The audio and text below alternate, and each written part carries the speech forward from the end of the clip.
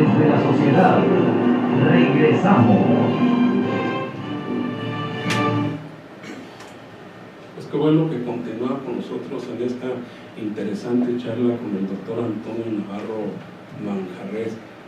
Doctor, uno de los problemas graves del COVID del que mucha gente se queja son los famosos divertículos.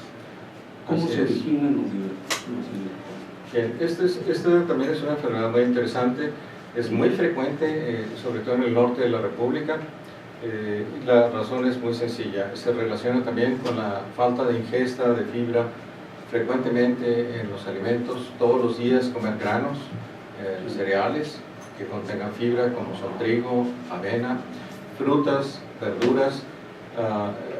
En Chihuahua pues estábamos muy lejos de las zonas del centro donde se producían mucho las frutas, las verduras, y nos llevaba realmente muy poco de este tipo de alimentación.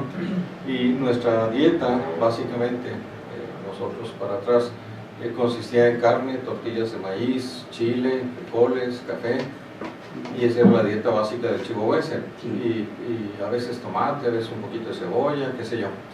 Afortunadamente pues han llegado varias cadenas comerciales que nos han traído diferentes tipos de frutas, de verduras, no falta. Ahora sí ya no hay pretexto, ya además hay mucha más educación en esto. El tránsito en el intestino grueso es muy favorecido por la fibra presente dentro, no soluble, no digerible, presente dentro del intestino grueso, que ayuda al movimiento intestinal con facilidad.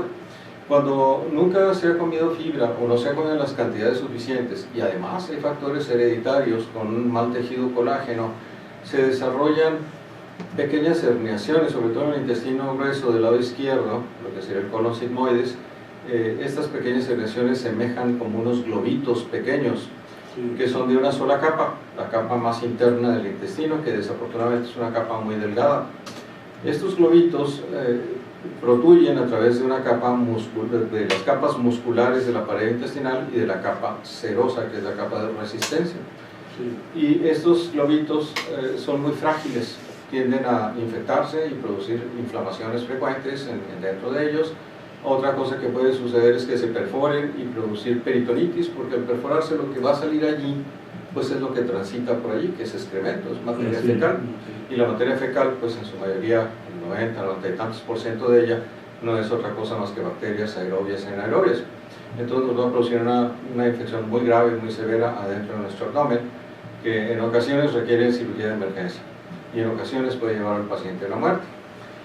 Otra de las cosas que pueden producir estos divertículos son sangrados masivos, que cuando se requieren en una forma arbitraria, quizá más de 6 paquetes de sangre de transfusión en un paciente, el paciente tiene que ser sometido a cirugía, porque el paciente seguramente no va a dejar de sangrar, va a requerir cirugía para evitar un fallecimiento o una complicación mayor.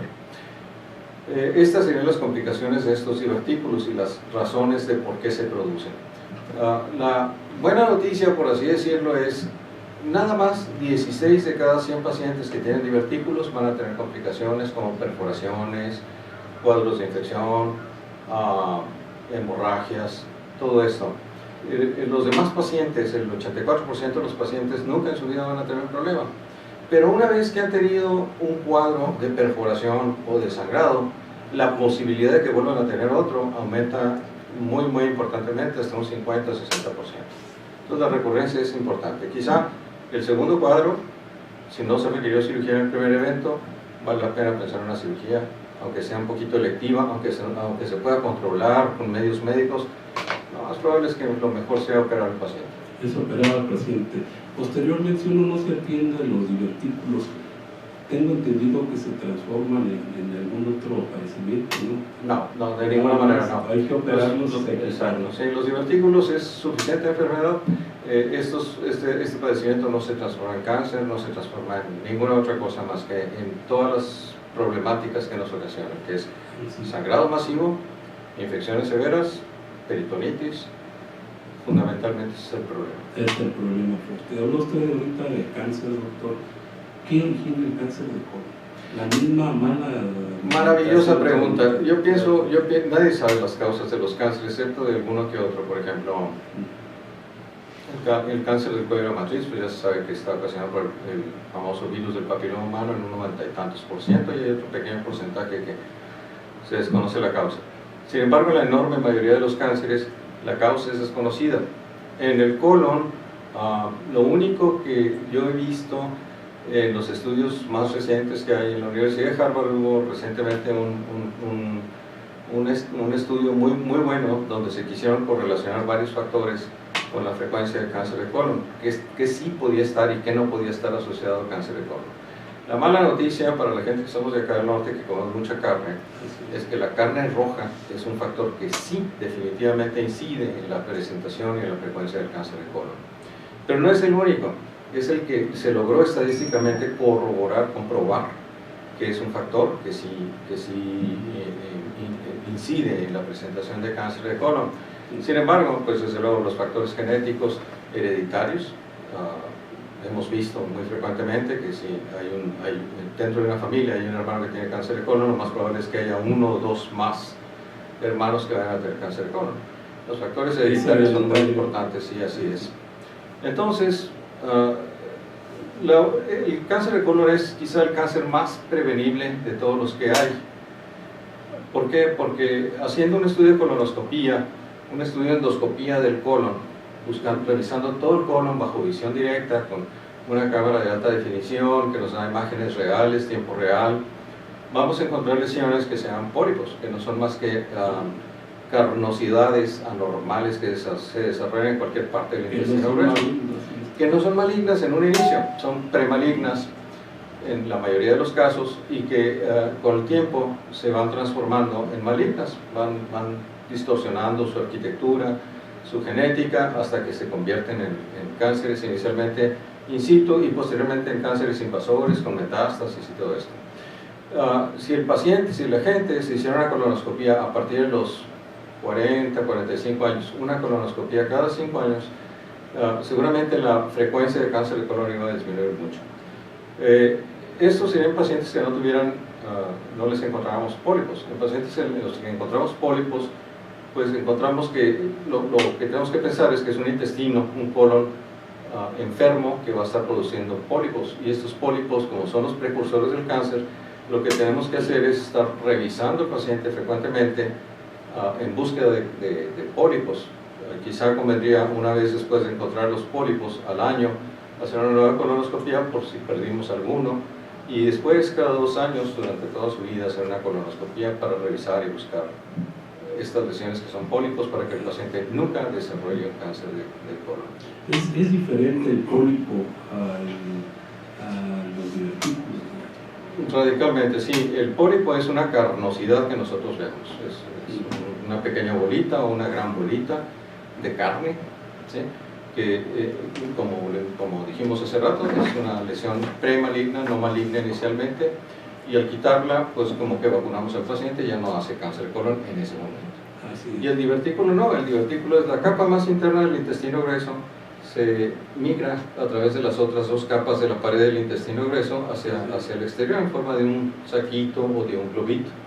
Es una capa muy delgada, que es muy delicada, que puede sangrar, que se puede perforar, que puede infectarse, pero no tiene nada que ver con el cáncer de colon. ¿Y este cáncer puede ser curado? Bueno, las estadísticas que nosotros manejamos en el hospital, que son muy similares a las americanas, sabemos que más o menos el 50% de los pacientes que recibimos con cáncer de colon va a sobrevivir, y el otro 50% desafortunadamente no. Los que lleguen a detectarse aquí. Desde luego. Los que no tienen invasión a ganglios, los que no tienen metástasis, los que están muy localizados, son tumores pequeños, pues todo eso influye mucho en el pronóstico del paciente. Desafortunadamente muchos pacientes llegan muy tardíamente, y lo único que podemos ofrecer es un poco más de vida con una mejor calidad de vida. Pero el otro 50% les va muy bien, muy bien, pueden seguir su vida perfectamente bien. Y las salvedades, bueno, pues tienen que hacer después de lo del cáncer de colon y durante su seguimiento de 5 años y todo esto, tienen que seguir haciéndose colonoscopia toda su vida, porque pueden crear otro cáncer posteriormente en el colon. Si en un momento dado se llegaran a extirpar estos pólipos de alguna manera, no sé, recortando el colon, pueden ser que regrese en algún momento de padecimiento. Sí, definitivamente sí. Y la forma de quitar estos pólipos es a través de la misma colonoscopía, de la misma manguera con cámara. Nosotros hacemos una cirugía endoscópica a través del intestino, cortamos con un asa especial que lleva corriente eléctrica este pólipo y con una canastilla lo retraemos y lo mandamos a patología siempre para revisarlo.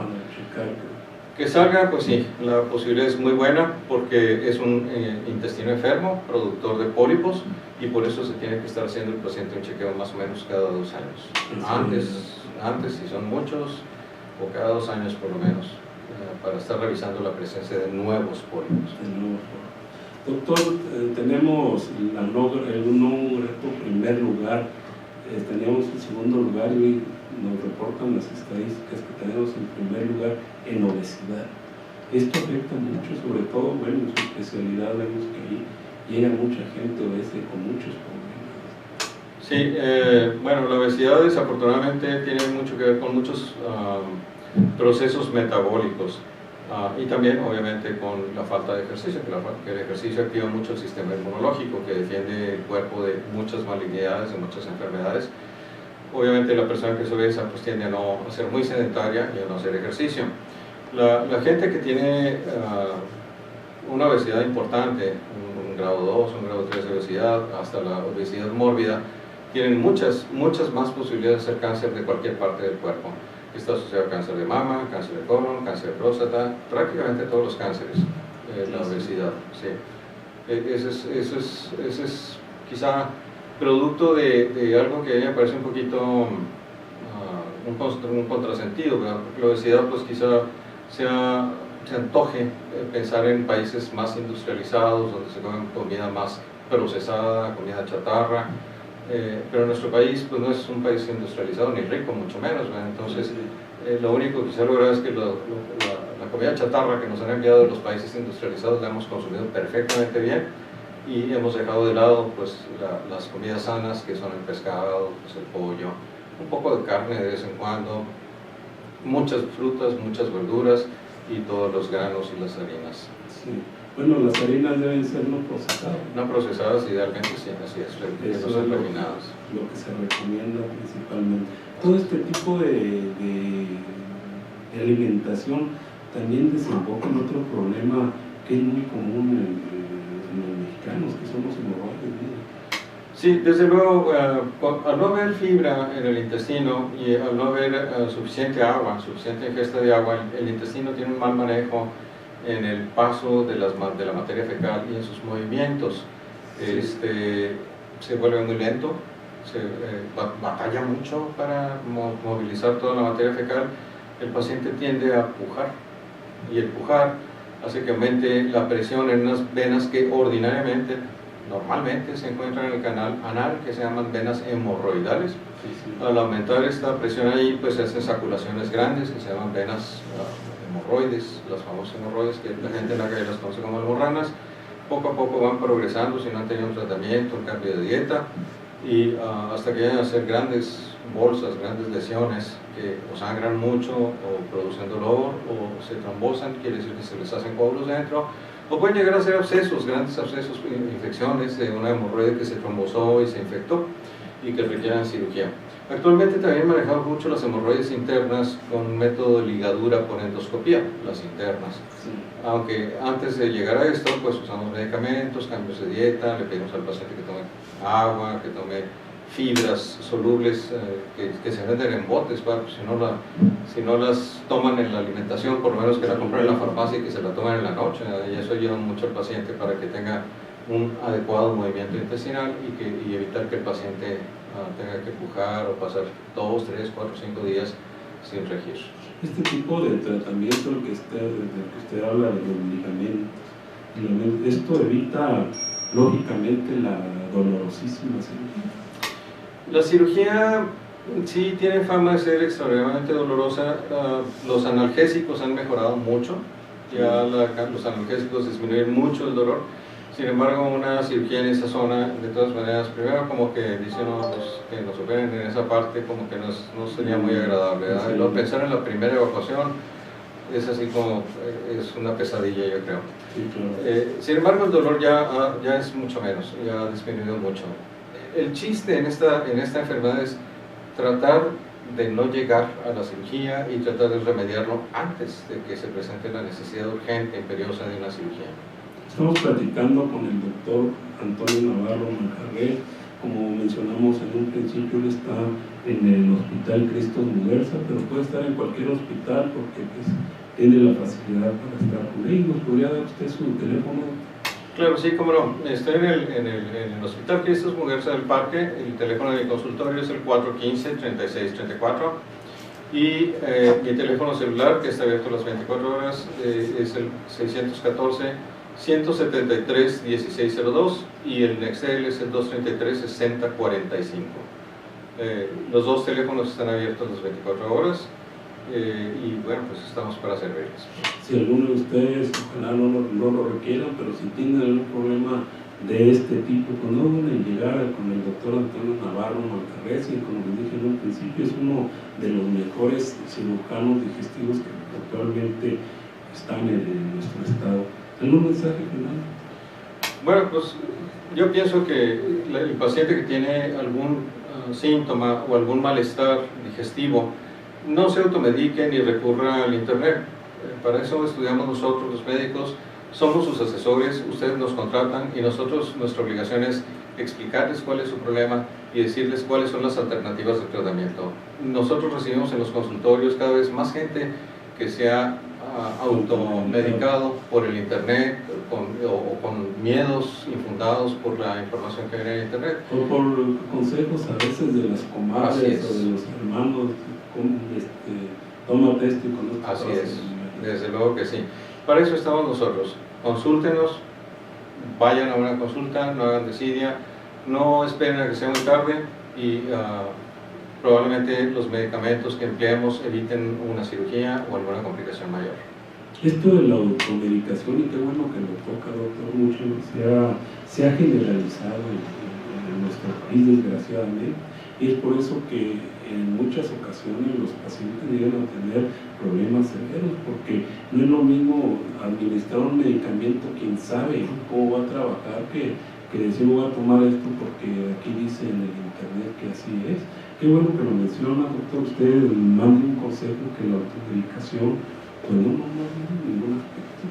No, definitivamente no. La automedicación conlleva a muchos errores, a dilación en el diagnóstico de alguna enfermedad y desde luego quizá a veces un mal tratamiento, un tratamiento equivocado de las enfermedades que está padeciendo el enfermo.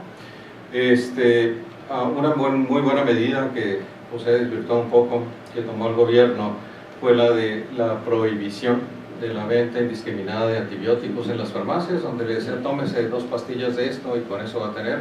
Como sabemos que los antibióticos necesitan por lo menos 7 días para tener un adecuado efecto, mínimo 7 días para tener un adecuado efecto, la dosis adecuada, por el tiempo adecuado. De otra manera, las bacterias conocen el antibiótico, hacen resistencias y ese antibiótico ya no sirve para nada. ¿Resulta contraproducente? Definitivamente sí, se tiene que dar antibióticos adecuados al tipo de infección que tiene el paciente, por el tiempo adecuado y por la dosis adecuada. De otra manera no sirve para nada, es tirar el dinero a la basura y además arriesgarse a una complicación importante. Y dijo usted otra cosa importante, doctor, se debe tomar por el tiempo en que se le recetó, porque si interrumpen el medicamento, sobre todo los antibióticos, puede generarse esto, ¿verdad? Que el organismo crea anticuerpos y de alguna manera pues, de hecho, los que crean anticuerpos, y no son anticuerpos, tienen las bacterias, tienen una fábrica química dentro de su sistema para resistir al antibiótico. La bacteria que no le dieron suficiente antibiótico, le dan chance, por decirlo así, de conocer al antibiótico y de crear en su laboratorio interno sustancias que evitan que el antibiótico los mate. De tal forma que la siguiente vez que tomen ese antibiótico no les va a hacer absolutamente nada. No les va a hacer nada. Por favor, no se automediquen, para eso estudiaron los médicos, para recetarlos, y saben muy bien los tratamientos, el tiempo y en forma que los deben administrar. Le agradecemos mucho, doctor Antonio Navarro Manjarrés, que haya estado aquí con nosotros. Esta es su casa, cuantas veces quiera venir e ilustrarnos y darnos un consejo, porque muchas veces creemos que automedicándonos vamos a salir de nuestros problemas y esto sale contraproducente. Así es, no, pues muchísimas gracias a ustedes, agradezco mucho la invitación, fue muy agradable estar con ustedes y el día que ustedes me inviten, pues aquí estaré con ustedes con todo gusto. Pronto le hablamos. Muy amable. Muchas gracias. Regresamos en un momento más con algunas noticias y para despedirnos. De la sociedad. Muchísimas gracias.